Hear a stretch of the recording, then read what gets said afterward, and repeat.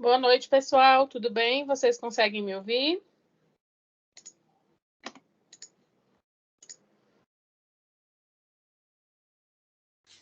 Boa noite, professor. Estou ouvindo sim. Sim, professor. Boa noite. Ótimo, boa noite. Primeiramente, pessoal, eu quero perguntar se vocês acessaram a tarefa de ontem, se ficou alguma dúvida, se querem que eu explique ou se ficou tranquilo.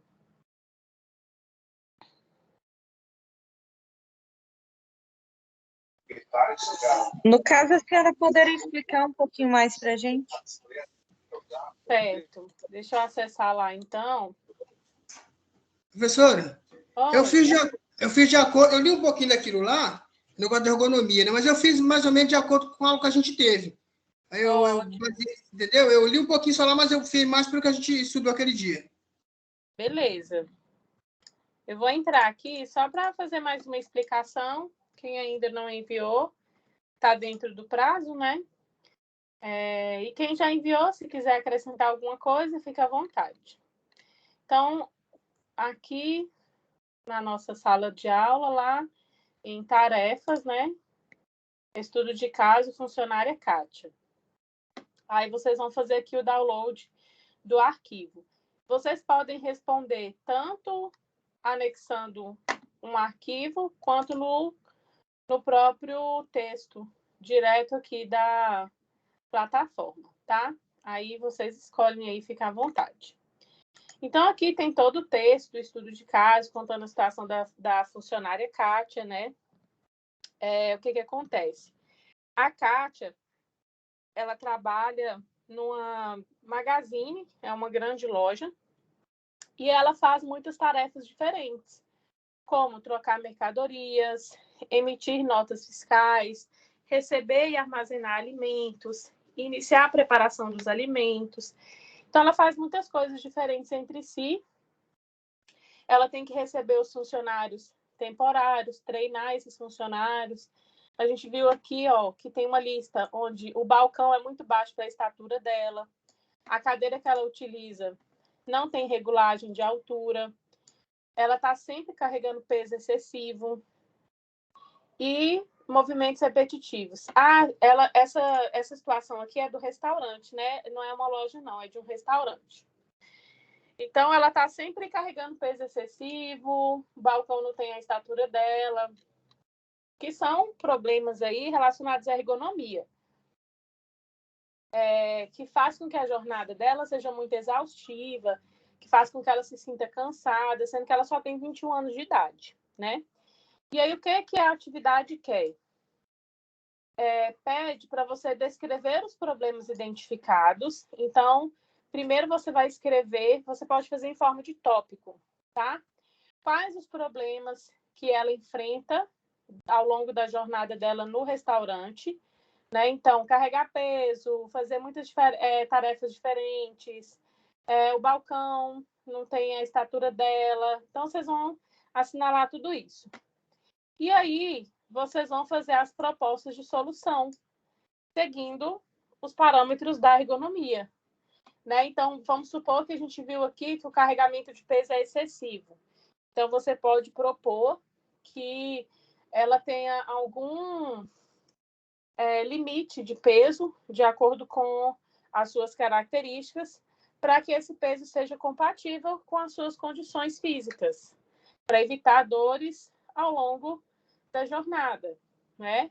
Então, você vai ver aqui o que é de problema que ela enfrenta e vai fazer a proposta de solução, como um bom técnico em segurança do trabalho, de acordo com o que a empresa possa implementar. Não precisa vocês pensarem em algo muito caro, porque o restaurante não vai fazer um investimento muito alto, né? Então, tem que ser alguma coisa que esteja ao alcance da empresa para melhorar a jornada da funcionária, ok? Ok. Beleza. Bom, então eu disponibilizei para vocês as gravações, né, sobre ergonomia, mas como eu comentei, eu vou fazer uma revisão para facilitar o entendimento e porque esse momento ao vivo é importante, até para a gente poder tirar as dúvidas, tá? Quem não assistiu pode assistir às aulas gravadas para reforçar. E aqui, nesse momento ao vivo, vocês podem liberar o microfone para ir tirando as dúvidas, tá? Inicialmente, pessoal, a diferença de doença profissional e doença do trabalho. Quando a gente tem exposição ao risco ergonômico em que o trabalhador adoece, esse risco pode ser considerado uma doença do trabalho, tá? Ou uma doença profissional. Mas qual é a diferença?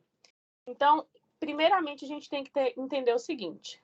A doença profissional, ela está ligada diretamente à profissão. Já comentei isso com vocês, mas é bom a gente sempre reforçar, né?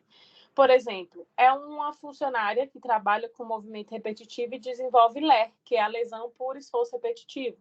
Vamos supor que essa funcionária trabalha com digitação e aí ela tem uma lesão no punho. Então, é uma doença da profissão do digitador. É inerente à profissão do digitador desenvolver essa lesão. Por isso que a gente fala que é uma doença profissional, tá? Já a doença do trabalho, ela não está diretamente relacionada à profissão, mas ela é desencadeada no ambiente de trabalho. Exemplo de um carregador de caminhão, que ele abastece o caminhão, só que ele está tendo perda auditiva. Tem alguma coisa a ver a perda auditiva com a profissão dele, que é carregar e descarregar o caminhão? Não, não tem a ver. Mas ele desencadeou essa perda auditiva porque no local que ele trabalha tem muito ruído de máquinas e equipamentos. Então, é uma doença do trabalho, tá?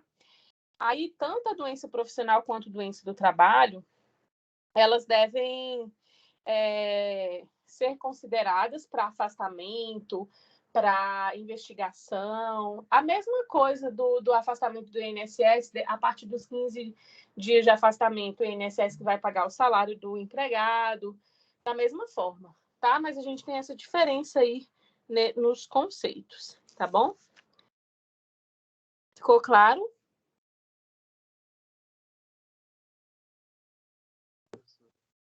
Sim. Beleza. Aí, pessoal, o que são doenças relacionadas à ergonomia? A gente pode considerar o estresse psíquico, síndrome de burnout, a gente pode considerar a LER, que é a lesão por esforço repetitivo, tá? Então, são várias doenças que a gente pode considerar aí como sendo doenças relacionadas a fatores ergonômicos, certo? E a ergonomia, ela visa evitar essas doenças, né? As ações preventivas em ergonomia buscam evitar essas dores osteomusculares, esse estresse psíquico inerente à atividade. Então, a ergonomia visa saúde, segurança, satisfação e eficiência. Durante 12 anos, doenças motivadas por fatores de riscos ergonômicos e a sobrecarga mental têm superado os traumáticos. Então, as doenças relacionadas a fatores ergonômicos têm que ser muito consideradas, porque é uma doença que desenvolve de forma lenta, em alguns casos, e ela não se manifesta de forma visual, muito rápido, como uma lesão, por exemplo, de fratura. Quebrei meu braço, todo mundo vai ver que eu quebrei o braço. Agora, se eu estou com uma dor osteomuscular, ninguém percebe, né? E aí, isso muitas vezes é ignorado na empresa.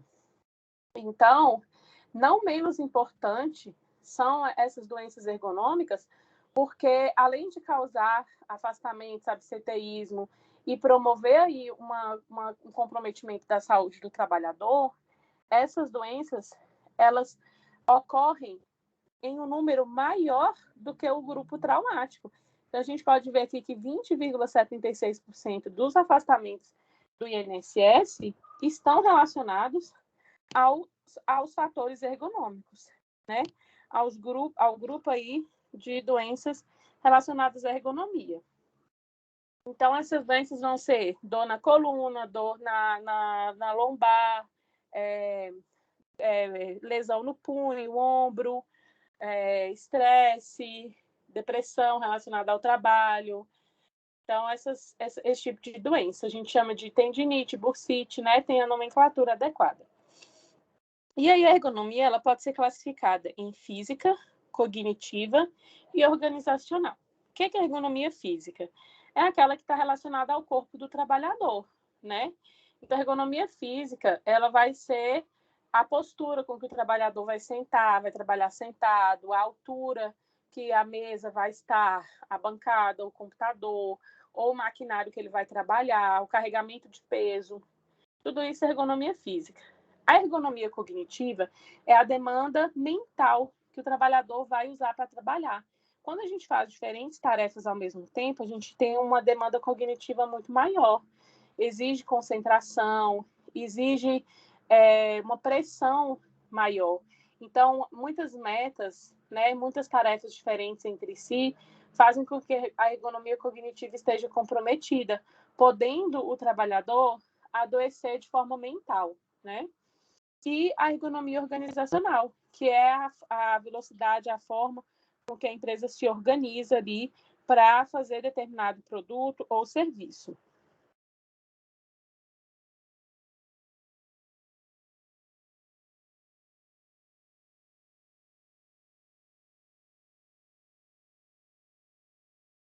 E a ergonomia organizacional, pessoal, é como a empresa ela se organiza, né, para as tarefas, como, por exemplo, a velocidade de uma esteira, a velocidade com que uma tarefa tem que ser realizada, a quantidade de funcionários que fazem determinada tarefa.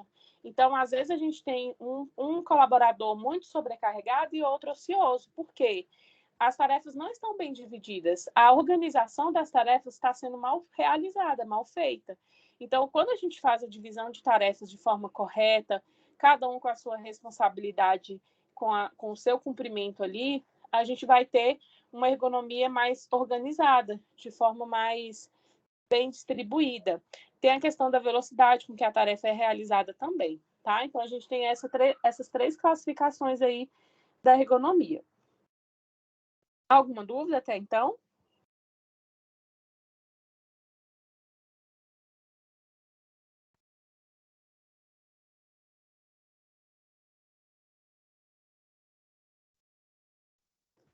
Beleza. E aí, quais são os indicadores críticos, né, com relação à ergonomia?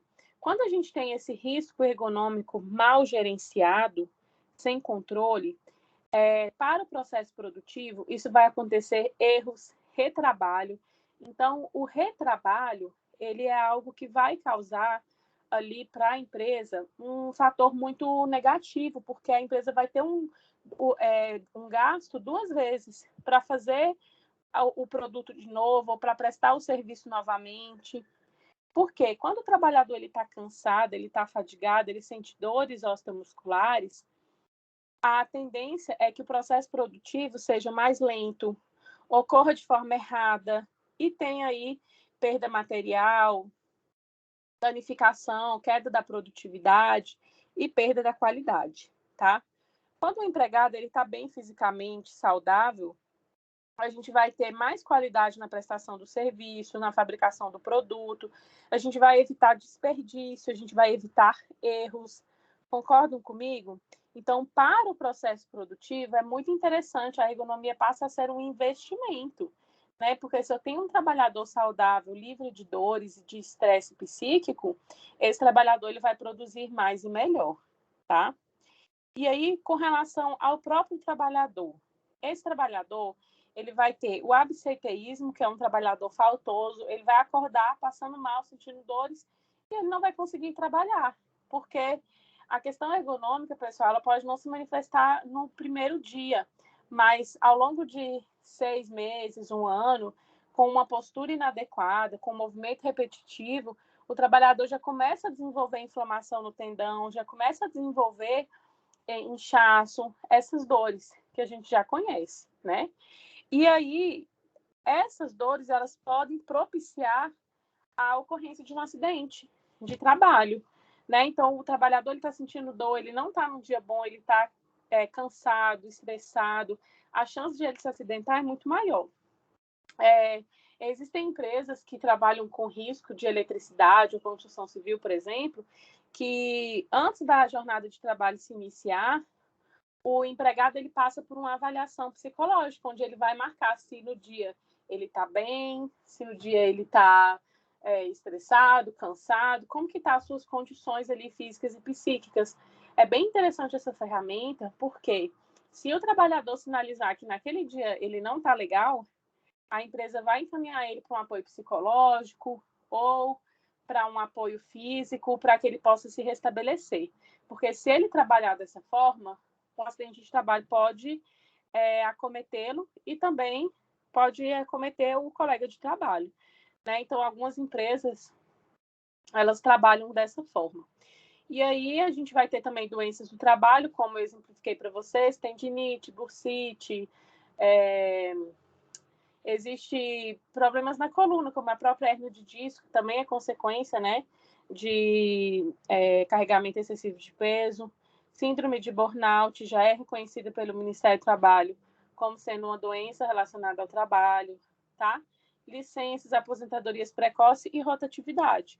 Então, a empresa, quando ela não monitora esses riscos ergonômicos, acontece muito de o trabalhador ele não ficar na empresa por muito tempo. Ele vai buscar uma oportunidade melhor, ou então ele vai adoecer e ele mesmo vai ver que ele não tem mais condição de estar ali. Chega até a faltar mão de obra. Aconteceu isso no Rio Grande do Sul, nos frigoríficos. A jornada de trabalho no frigorífico, isso no ano de 2014, era uma jornada muito exaustiva, de movimento repetitivo, ambiente com frio, acidentes envolvendo corte, estresse, jornadas prolongadas quando havia demanda para exportação, né, de aves.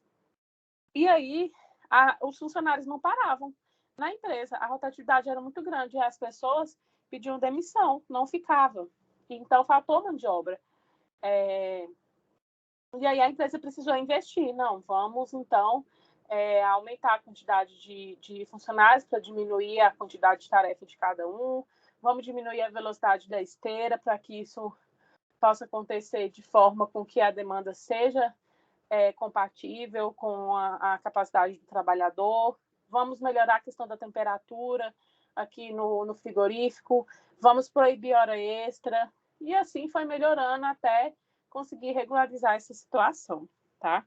Mas é muito comum que isso aconteça. Oi, Rosângela, pode falar.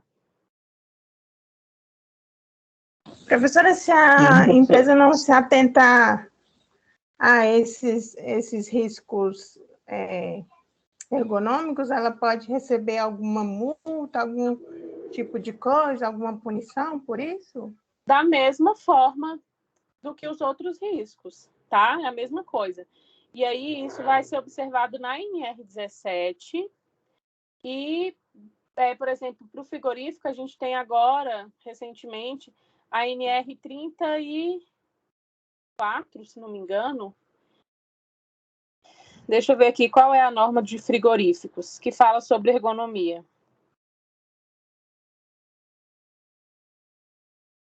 Deixa eu abrir aqui meu... NR36, tá? Então, se houver desobediência com relação a essas normas ergonômicas, o auditor fiscal ele vai multar a empresa, ele pode até interditar a empresa. Isso aconteceu nos frigoríficos, como eu comentei com vocês. Eu vou passar um vídeo na sexta-feira que vocês vão assistir um documentário sobre esse assunto, tá? O auditor fiscal ele chega de surpresa no frigorífico para inspecionar e ele se depara com situações totalmente inadequadas de trabalho, como jornadas prolongadas, a temperatura inadequada, a velocidade da esteira sem compatibilidade com o que o trabalhador poderia executar, movimento repetitivo. Então, a empresa ela foi multada com relação a isso e acontece da mesma forma com que os outros riscos, tá? Pode acontecer a multa, notificação, interdição e até embargo, né? Na verdade, o embargo seria a paralisação, a interdição total da empresa. Tá bom? Ok. Certo. Aí, pessoal, aqui a gente tem a questão da tabelinha que mostra no ano de 2017, não está muito atualizada, né? Mas vocês podem pesquisar lá no site da Previdência Social os anos anteriores, de forma mais atualizado. Só aceitar aqui, tem alguém tentando entrar na sala.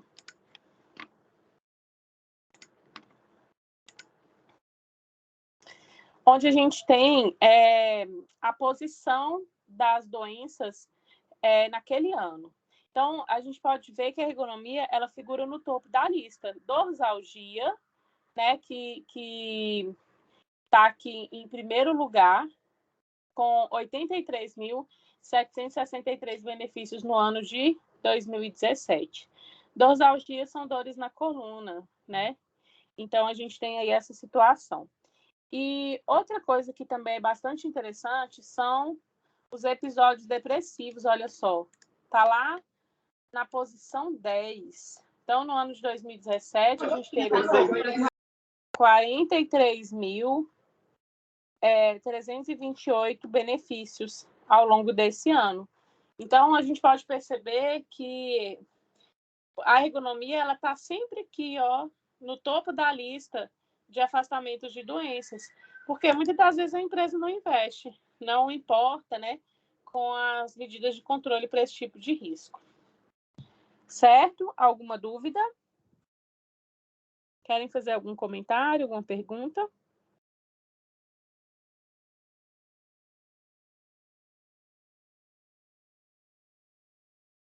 Não, professora, está tranquilo. Joia. Aí, pessoal, aqui a gente tem aqui algumas recomendações para melhorar as funções ergonômicas no ambiente de trabalho, tá?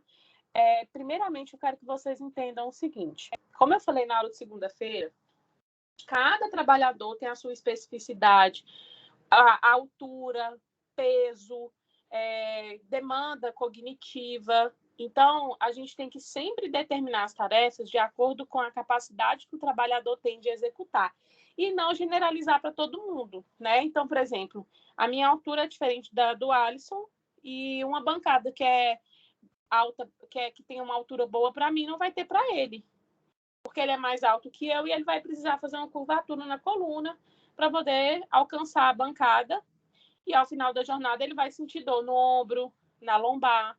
Então, esses ajustes de ergonomia, eles dependem das características morfopsicofisiológicas do trabalhador, tá?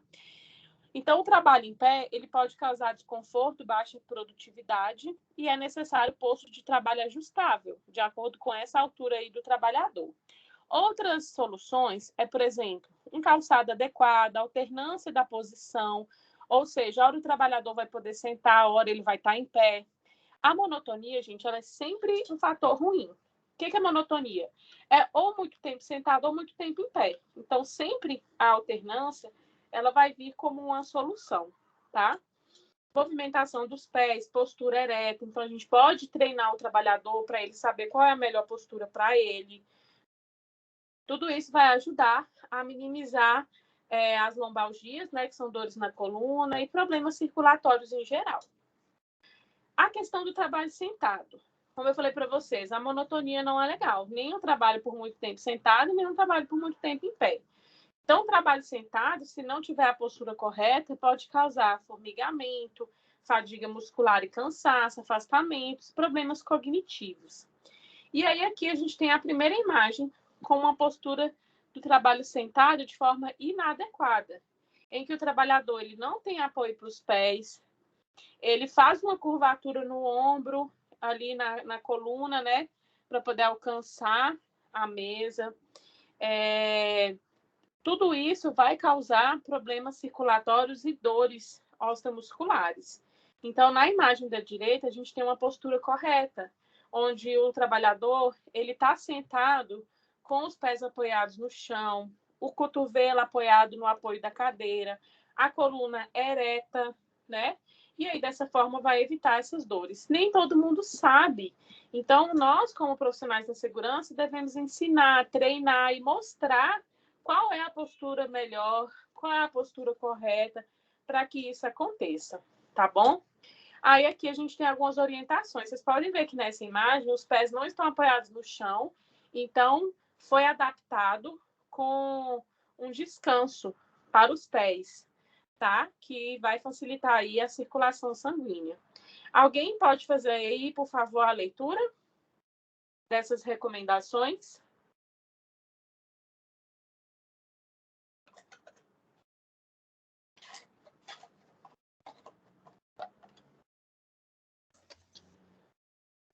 A leitura desse desenho aí, professora?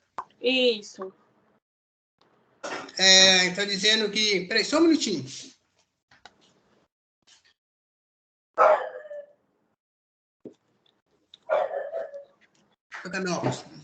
Está dizendo que o punho em uma direção neutra, sem dobrar, teclado diretamente à sua frente, mouse próximo ao teclado do mesmo nível, joelhos discretamente abaixo do quadril, pés apoiados no solo ou em descanso para os pés, ombros e quadris alinhados, encosto adaptado à curvatura da coluna, descanso de braço na altura do cotovelo e altura do assento abaixo da rótula.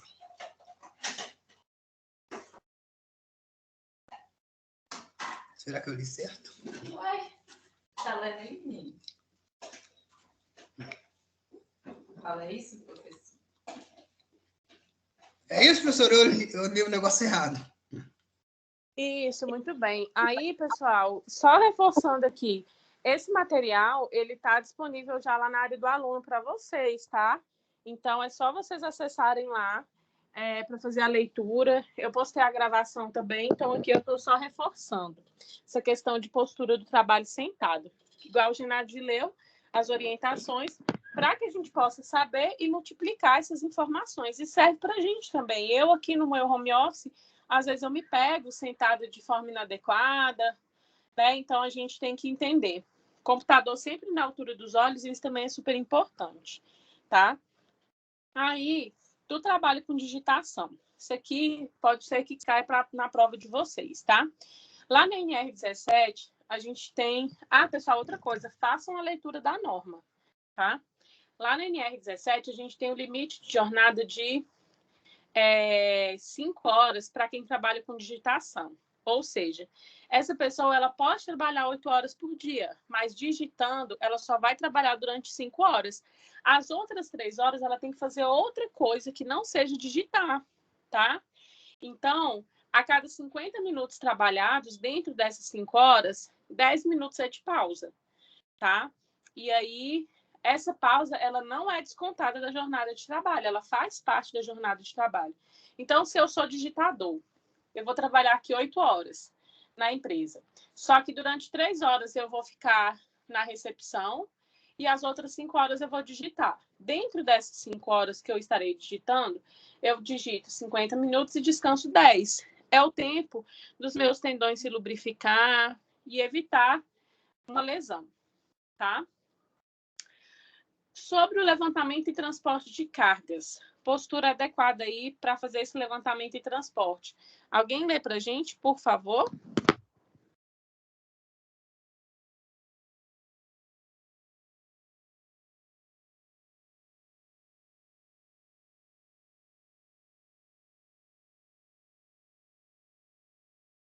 De cargas. O trabalhador deve se posicionar na carga, mantendo os pés afastados por distância equivalente a...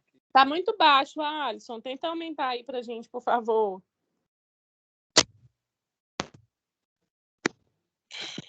Oi, professor. Agora tá bom.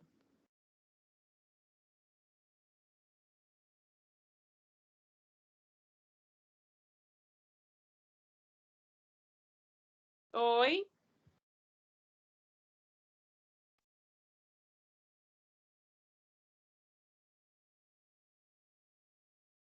Oi, Alisson, tá ouvindo? Professora, nós vamos falar do levantamento. Isso. Tá me ouvindo? Tá ouvindo, professora? Tô ouvindo. Sim. Abaixar o tronco, dobrando o joelho, mantendo o pescoço e costas retas.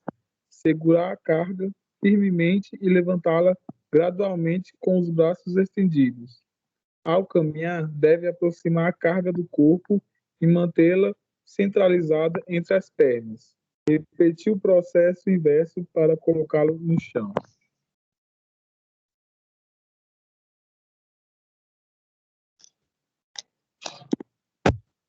Muito bem, isso mesmo. Então, para levantar e transportar cargas, essa é a recomendação adequada, tá? E aí a gente vai sempre treinar o trabalhador para que ele possa entender esse processo e fazer no sentido de não prejudicar aí a sua coluna, tá bom? E aí, com relação às condições do ambiente de trabalho, o ambiente deve ser livre de ruídos, a luz deve ser adequada. Como eu falei para vocês, a gente tem um iluminamento, um equipamento que chama luxímetro, que vai medir como que está a questão do iluminamento. O ambiente de trabalho deve ser um local limpo e agradável e livre de ruídos de atenção, né? Desvios de atenção. Aqui, ao final do material, eu coloquei para vocês só uma reflexão, né? Sobre a análise do custo-benefício. A gente sempre fala que na segurança do trabalho é muito mais barato prevenir, né? Investir em prevenção do que corrigir algo que já foi, que já aconteceu, como uma doença, por exemplo. Então, o custo para prevenção é mais barato do que um acidente acontecer ou uma doença do trabalho acometer o trabalhador, tá? E aí, principalmente essa questão ergonômica, gente, porque a empresa não precisa fazer um investimento muito alto. O simples fato de treinar o trabalhador sobre como sentar de forma correta, como pegar o peso, igual a gente viu aqui, já colabora, já diminui aquela exaustão, aquela dor ao final da jornada de trabalho, tá? E para isso a gente tem um documento que chama Análise Ergonômica do Trabalho. Esse documento nem toda empresa precisa fazer, só as empresas que têm risco crítico de ergonomia, como telemarketing, frigoríficos, construção civil. E aí essas empresas elas vão elaborar uma análise ergonômica para identificar o que precisa ser melhorado, quais são as posturas adequadas, se é necessário ginástica laboral ou não, se é necessária adaptação do mobiliário, se é necessário pausas. Então, é um documento que é feito normalmente por um fisioterapeuta ou um profissional especialista em ergonomia, tá? E aí, nele vai estar escrito tudo isso. Vocês, como profissionais de segurança, podem participar da elaboração de uma análise ergonômica.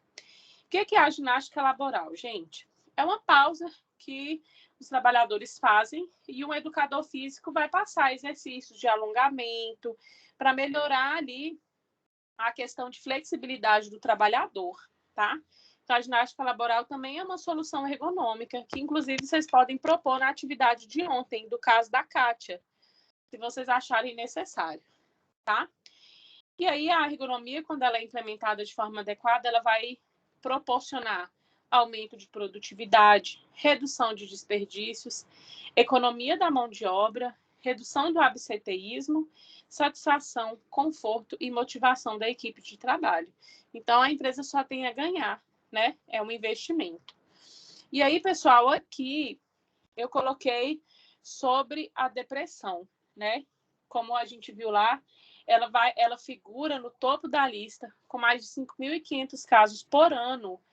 Em 2012, né, a Previdência Social divulgou esses dados, que decorre de estresse, pressão profissional, assédio moral no ambiente de trabalho.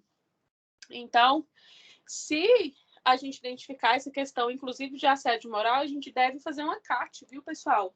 Comunicar como uma doença do trabalho, porque tudo isso está relacionado a doenças, a questões de segurança e saúde, né, no ambiente de trabalho.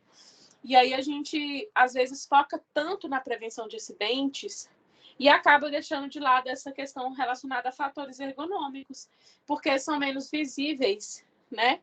E o técnico de segurança ele tem que aplicar em R17, tem que trabalhar para que isso aconteça de forma adequada ali dentro da organização, ok?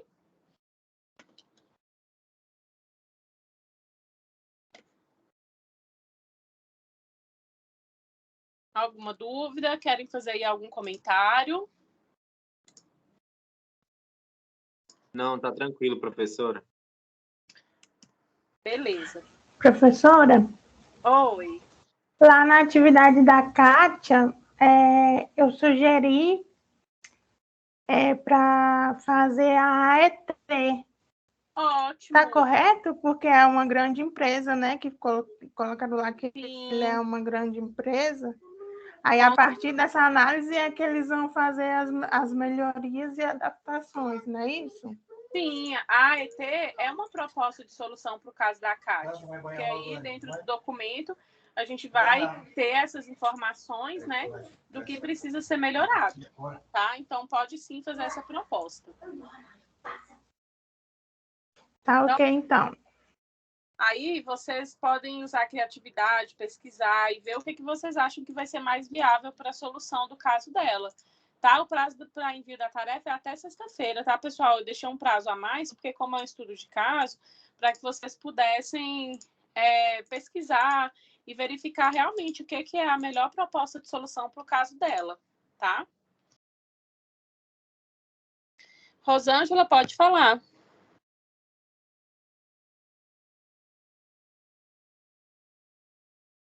Foi a professora que falei agora. Ah, beleza, achei que você ia falar de novo. Ok. Bom, gente, eu vou fazer a chamada, mas como eu sempre falo para vocês, eu fico aqui à disposição. Se tiver alguma dúvida no envio da tarefa, pode entrar em contato comigo. O material da aula de hoje, as gravações, estão disponíveis já lá na área do aluno, vocês podem fazer a leitura. E também fica aqui a minha sugestão para fazer a leitura da NR17. Como eu passei as instruções do PI, tudo isso aqui que a gente está falando já ajuda. Por exemplo, quem ficou com o tema do home office, já pode usar esse material aqui, em que fala da questão da postura correta para o trabalho sentado, tá? Então, fiquem atentos às dicas, ao que a gente discute aqui ao longo das aulas, tá bom? Anderson? Professora, Oi. você vai deixar essa aula gravada lá na plataforma? Caso Vou eu queira disponibilizar. assistir depois? Tá bom, então. Obrigada. Apesar que lá na plataforma já tem a gravação dessa aula que eu postei semana passada sobre esse mesmo material, tá? Tá bom, professora. Obrigada. Anderson tá aí. Bianca Stephanie. Presente. Cristina. Débora. Gielson. Elisiane. Presente. Gabriel. Presente, professora. Genadi. Presente, professora. João Evandro. Presente, professora. Leonardo. Presente. Luciana. Aqui. A senhora conseguiu me ouvir, professora? Consegui. Coloquei sua presença. Luciana tá aqui, tá, professora? Tá Tá bom. bem, obrigado. Maísa. Professora, quem respondeu pode sair, né? Pode.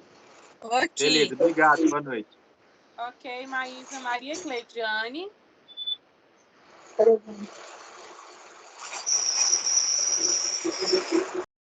Mirtes.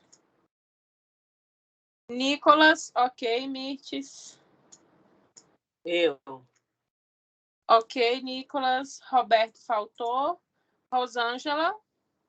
Professora, não Oi. sei se comunicou, eu acho que o Dielso está sem microfone. Já coloquei a presença dele. Presente, Obrigado. professor. Simone. Tamara. Tiago. E o Alisson. Ok. Então é isso, gente. Boa noite para todo mundo. Contem comigo, estou aqui à disposição de vocês. Até mais. Boa noite. Boa noite a todos.